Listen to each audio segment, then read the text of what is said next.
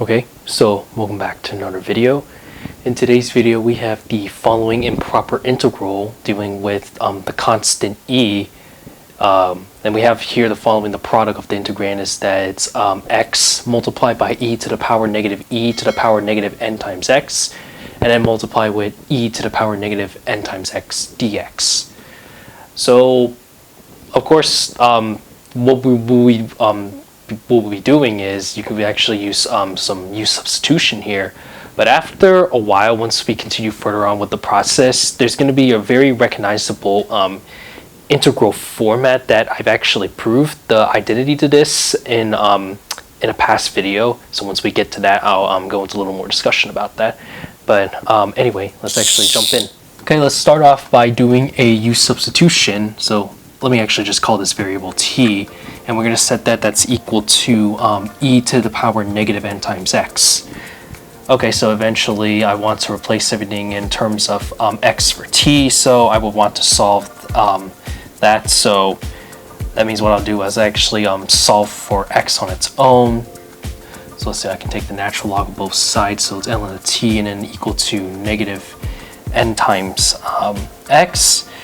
Then I'll just divide by negative n to both sides, and so we have that x is equal to negative ln of t divided by n.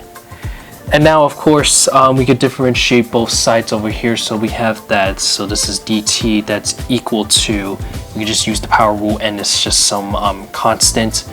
You could say that, so that would be using the power rules n times e to the negative nx dx, and we can actually want to solve this on its own to replace for dx. So really I can just divide negative n to both sides.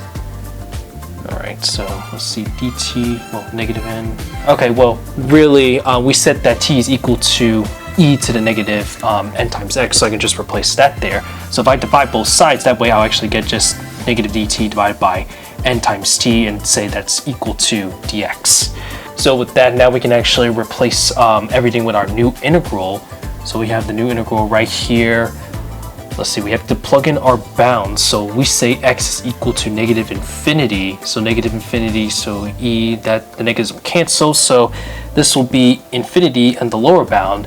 We plug positive infinity under here. So this will be e to the negative infinity. That'll just become 0 of, let's see, so now we have x is, let's see, we will plug in negative ln of t divided by n. Then we can say e to the negative t. Then that's multiplied by t again. And then, of course, replace with our dx substitution, which is negative dt, and then divided by n times t.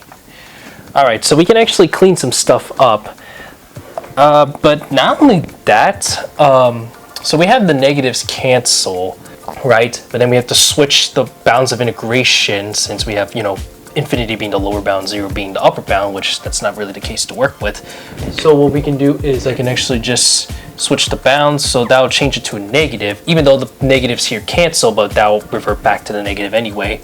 So this is from 0 to infinity. We have a n squared, so n times n, so let me write this as n squared here. The t's will cancel. We have, I can just write a 1 over here for now, and then multiply by e to the negative t, ln of t dt. Okay, now let me actually factor out this 1 over n squared outside of the integral. So we have like so, e to the negative t ln of t dt. Okay, so here's the interesting part. So if I were to write this, you don't really have to if you don't want to. Forget to put the bounds over here. But rewrite this, I have that this is ln of t and then divided by e to the power t then dt. This is nice because this this special integral here actually equals the Euler-Mascheroni constant. And so I can just define this as lowercase gamma. And if you want to see the full proof of the integral representation for the Euler-Mascheroni constant, I can of course leave that in the description below to you guys to check out yourself.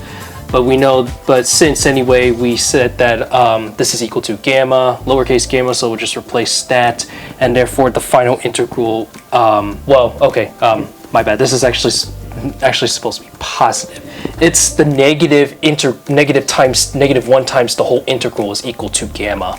So in this case, then this should be a positive 1 over n squared multiplied by gamma, and then it's gamma divided by n squared, like so. And there we have it. It's short, simple, and clean. Nothing too, overwhelming or complex. You just gotta use the right tools, if I want to say it like that. But yeah, this is what it comes down to. So yeah, that's pretty cool if you ask me.